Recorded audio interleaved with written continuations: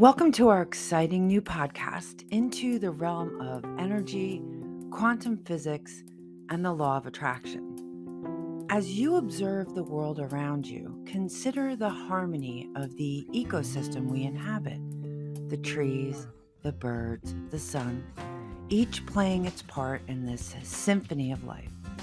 We're not just spectators in this play of existence, but key participants. We contribute to this energy not just through our physical selves, but also through our thoughts, emotions, and spiritual energy. Now, let's consider this on a grander scale. Every one of us is like a drop in an ocean of energy. Each individual, with their unique energy, contributes to the collective energy of humanity. Quantum physics comes to our aid here, explaining this interconnected dance of energy. It speaks of entangled particles that influence each other instantly, regardless of the distance between them. That's a phenomenon Einstein famously referred to as spooky action at a distance. Our thoughts, emotions, beliefs, and intentions are similarly interconnected and have the power to influence our reality. This leads us to the law of attraction, the concept that like energy attracts like energy.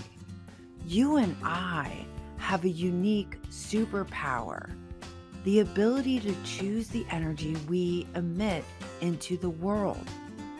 As we put our positive, abundance-focused energy, we contribute to a world of abundance. On the other hand, negative, scarcity-focused energy contributes to a world of lack, a feeling of not having, or that things are hard to get. So, just like a pebble creating ripples in a pond, our thoughts, beliefs, and intention create ripples in the collective energy of the universe, impacting not just our personal reality, but the collective reality as well. Throughout this journey on Law of Attraction Radio, we will be exploring how to consciously tap into this superpower. You'll learn how to use the law of attraction and learn it for its transformational potential. We'll conduct exciting experiments to witness the power of our thoughts, beliefs, and intention in real life, in real time. So think about the simple act of waking up in the morning. In one scenario, you might wake up stressed and tired, and in another, you wake up calm, positive, and confident. Both these scenarios involve the same situation, but convey vastly different energy. This energy, like a boomerang, comes back to shape your reality. So the question you may ask is how to create ripples of abundance in our lives and in the world around us, and how to manifest not just material wealth, but wealth of joy, wealth of love, and fulfillment. So let's talk about the science behind our thoughts, their impact on our brain, and ultimately their impact on our reality. Imagine the human brain as an orchestra, each instrument representing a different part of the brain and its unique function. The conductor is your conscious mind, directing this neural symphony to play the melody of your life. Neuroplasticity is the brain's equivalent of a musician learning to play a new tune. Initially, it's challenging, with mistakes and out-of-tune notes. However, with regular practice, the musician starts playing the melody more smoothly, eventually without even thinking about it. That's your brain building and strengthening new neural pathways in response to new experiences, thoughts, and behaviors. It's the science behind saying neurons that fire together wire together. Or think about a path through a dense forest. The first time you walk through, it's difficult, right? You have to create a new path. You have to get out your machete and really challenge yourself to get through the forest, right? But our repeated thoughts and behaviors are like carving a pathway. So the more you traverse it, the clearer it becomes until it's an easy trail to follow. The more we engage in a particular thought or behavior, the stronger the pathway becomes, making it easier to get through that path again. It's a bit like autopilot mode on our brain. This ties into what the psychology concepts known as cognitive bias or confirmation bias. So let's say you have a few negative experiences with a dog in your past. Because of those experiences, your brain may have formed a strong neural pathway associated with the fear of dogs. This path gets activated every time you see a dog, leading you to react with fear and even feeling like the dog poses a threat, even if the dog does not pose a threat. This is an example of a limiting belief. In psychology, there are cognitive biases, your brain's tendency to make an automatic association based on your past experiences. And that influences your perception and decision making. And then there's confirmation biases, your brain's tendency to interpret new evidence as confirming or a confirmation of one's existing beliefs. So it's sort of like this cycle, right? Now, let's apply these concepts to the law of attraction. Let's say you've developed a limiting belief that tells you you're unlucky. As a result, your brain is looking for ways to interpret the world around it to support that belief. In fact, in its drive to confirm that belief, it overlooks opportunities. It overlooks evidence leading, things that would miss out to prove that you are lucky. Or I'm using luck, in air quotes, because really, is there such a thing? No. It's just your ability to observe what's around you. It's your ability to step into something because you see the potential. We are constantly talking ourselves out of potential opportunities and circumstances, and just simply because we don't believe it could be possible. And I'm not talking about when you get an email or you see an ad on social media that tells you something outrageous, like make $1 million in one day online. What I'm talking about is when you have an idea and then your brain says, no, that'll never work, right?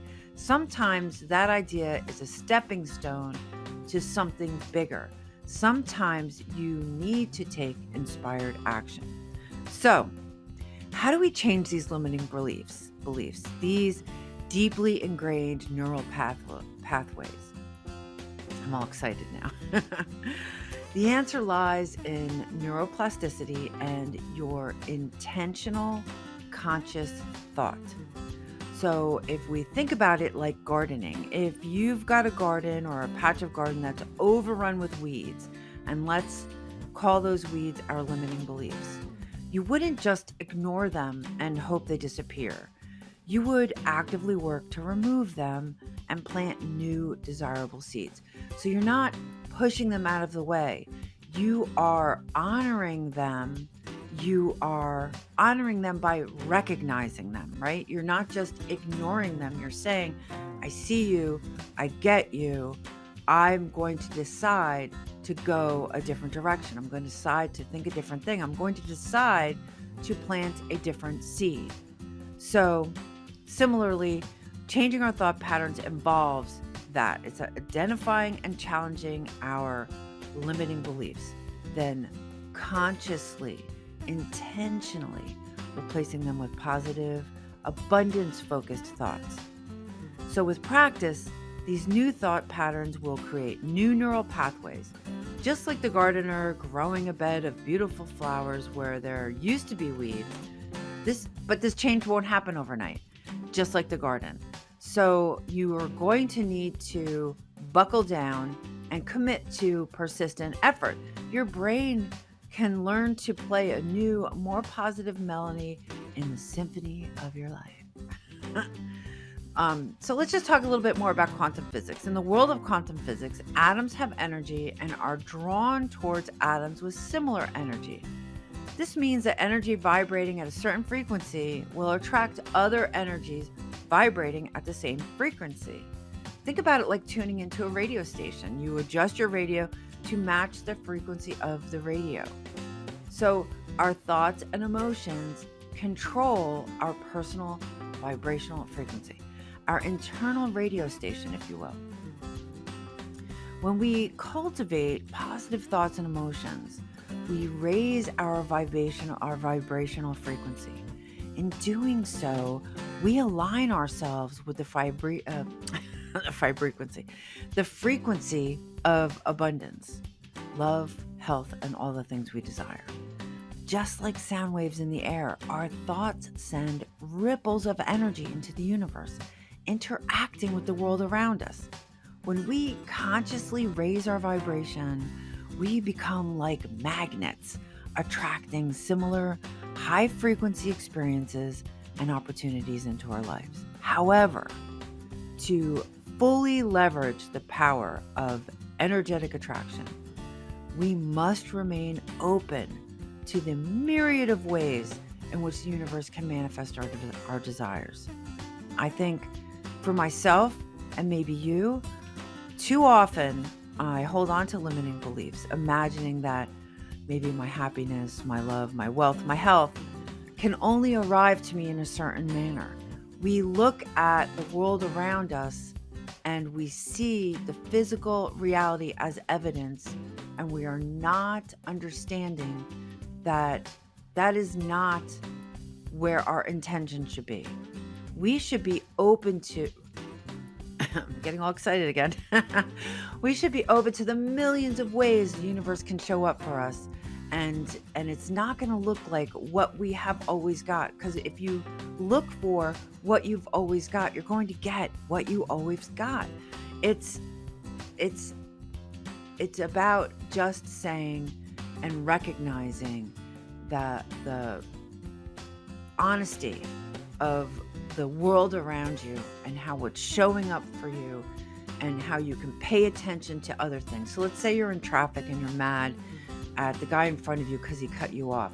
Look for something other than that negative emotion. Maybe you like the color of his car. Maybe you like the music on the radio. Maybe you can settle in and just relax into the drive. So we remember the concept of neuroplasticity, right? And the new neural pathways we discussed earlier. By challenging our limiting beliefs and consciously choosing higher vibrational thoughts, we create new neural pathways. These pathways allow us to vibrate intentionally at a higher level, opening us up to diverse ways in which the universe can deliver our desires. So going back to the guy that cut you off in traffic, if you recognize that you're angry and you recognize that negative emotion and you allow yourself to let it go and look for something less negative, you are just going to generate more positive energy. You're going to attract more positive experiences. So I have a great exercise, and I suggest that if you're serious about your law of attraction practice, that before you start any exercises, looking for evidence, you start a journal, because it's important for your brain to gather evidence. Otherwise, you'll sabotage yourself. The human brain is an extraordinary tool. It's an intricate web of neural circuits designed to ensure your survival. So it's a product of evolution shaped by countless generations of ancestors who survived long enough to pass on their genes. So consequently, our brains are predisposed towards skepticism and caution. This survival mechanism protects us from potential danger by steering us away from unfamiliar situations. It's what makes us run when we see a lion, right? But in modern United States, we don't frequently see lions. And now we're running from things that are just simply unfamiliar. It could be a great opportunity, but because it's different, your brain is like, no. So what I want to start doing is providing you with ways and experiments that you can test your ability to attract more of what you want into your life and less of what you don't want. So one particular manifestation of your brain's protective tendencies is its need for evidence before fully committing to a new belief. So that's why I call these law of attraction experiments. They're not exercises, they're experiments, because we're sort of putting out a hypothesis that something is existing, and we're saying this is what we expect to happen, and then we're looking for the evidence that has happened. So we're going to try and overcome our evolutionary wiring, and we're going to try and overcome our self-sabotage by adopting these new beliefs through these experiments. So the reason I say journal is because when you write something down, you're activating a certain area of your brain, and you're then able to record evidence so that when your brain says, this never worked, you can go back to your journal and say, well, it actually did work. I just stopped doing the things that made it work. Everybody I have ever talked to that has done anything with the law of attraction always got results, but they stopped doing the thing that got them those results. They stopped engaging in the thing that worked. So think of it like you're in a room, okay? And you're standing on the floor in this room. And then you start flapping your arms and you start to fly, and you start to raise up in the room. So you're about halfway into the room. You can see the ceiling, but you can't really touch the ceiling, right? So you're flapping your arms and you're about halfway, and you're so encouraged by this progress, and you're so just really wanting to kind of just sit there for a moment and bask in the glory of all of the progress that you've made. You're halfway up. You can't touch the ceiling, but you can see the ceiling, and you're halfway up. So you just kind of stop flapping your arms, and you're just sort of basking in that glow and enjoying what you've got and enjoying your progress. And you don't even really notice that you're gently kind of floating back towards the ground. And then before you know it, suddenly you look around and you're standing on the floor again. And that's how it is with the law of attraction. So many people have attracted wealth and prosperity and abundance into their lives in so many different ways, myself included. Can't tell you how many times I have doubled my income, and I've just basked in the joy and abundance of that windfall, I would say. And then before I know it, I look around and I'm like, well, where did all that money go? And then I go back to my journal and I see I stopped doing the things that got me where I was. So the journal is evidence.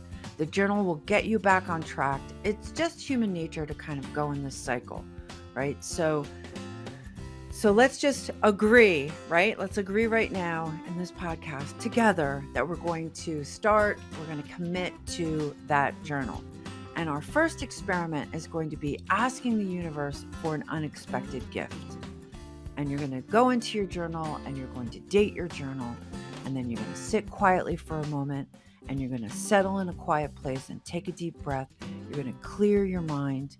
You're really going to elevate your vibration as best as you can. And you're going to say out louder in your mind, I am open to receiving an unexpected gift within the next 24 hours.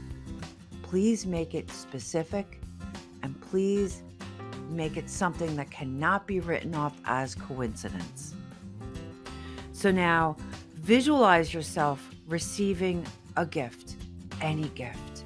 Just visualize that feeling like on your birthday when something's just given to you and you just overwhelmed with joy. And then I want you to trust the universe and let go of the outcome. Don't stress about it. Just trust that it's going to be given to you and that you're going to recognize it. And then I need you to pay attention. I need you to look around. It could come in any form. It could be a letter. It could be a phone call. It could be you're just taking a walk at lunchtime at work, and a bird lands in front of you and just looks at you. and then flies away. It could be anything, right? So I just want you to really be open to all of the ways the universe can show up for you in the next 24 hours. Remember, your limiting beliefs can act as barriers, so they'll obstruct your view of the infinite possibilities of the universe. So try to just be open to all of the ways that the universe can show up for you in the next 24 hours. And that's it for today's podcast. I just want you to really embrace the universe's gifts. Until the next time we talk, have a great day.